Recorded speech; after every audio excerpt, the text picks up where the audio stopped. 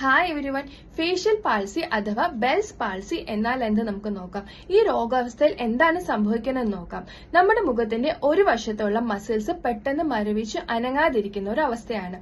നമ്മുടെ ബ്രെയിനിൽ നിന്നും ഫേസിലേക്ക് സപ്ലൈ ചെയ്യുന്ന ഫേഷ്യൽ നെർവ്സിനോ അല്ലെങ്കിൽ ഫേഷ്യൽ നെർവ്സ് എമർജ് ചെയ്യുന്ന ഫേഷ്യൽ കനാലിനോ ഉണ്ടാകുന്ന നീർക്കെട്ട് കാരണം ആ ഭാഗത്തേക്ക് സപ്ലൈ ചെയ്യുന്ന നെർവ്സിന് കംപ്രഷൻ ഉണ്ടാവുകയും അവിടെ മരവിപ്പും സംഭവിക്കുകയുമാണ് ചെയ്യുന്നത്. ഈ ഫേഷ്യൽ പാൾസി നമ്മുടെ എൻറ്റയർ ഫേസിനെ അഫക്ട് ചെയ്യുകയാണെങ്കിൽ നമ്മുടെ മുഖം ഒരു വശത്തേക്ക് കൂടിപ്പോകുന്നതായിട്ട് കാണപ്പെടുന്നു.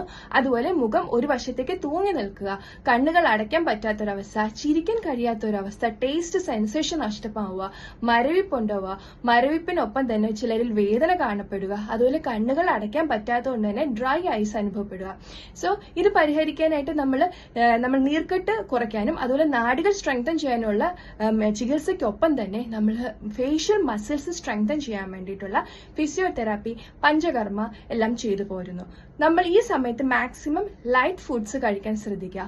അതുപോലെ തന്നെ പ്രോപ്പറായിട്ട് സ്ലീപ്പും അത്യന്താപേക്ഷിതമാണ്. ഭക്ഷണത്തിൽ ശരീരത്തിൽ നീർക്കെട്ടുണ്ടാക്കുന്നതായിട്ടുള്ള ഭക്ഷണങ്ങൾ മാക്സിമം അവോയ്ഡ് ചെയ്യുക. എസ്പെഷ്യലി ട്രാൻസ് ഫാറ്റ് അടങ്ങിയ ഭക്ഷണം, അമിതമായിട്ട് മധുര പലഹാരങ്ങൾ എല്ലാം തന്നെ ഒഴിവാക്കുക. സോ ഈ ഒരു ഇൻഫർമേഷൻ എല്ലാവർക്കായിട്ട് ഷെയർ ചെയ്യുക. Thank you.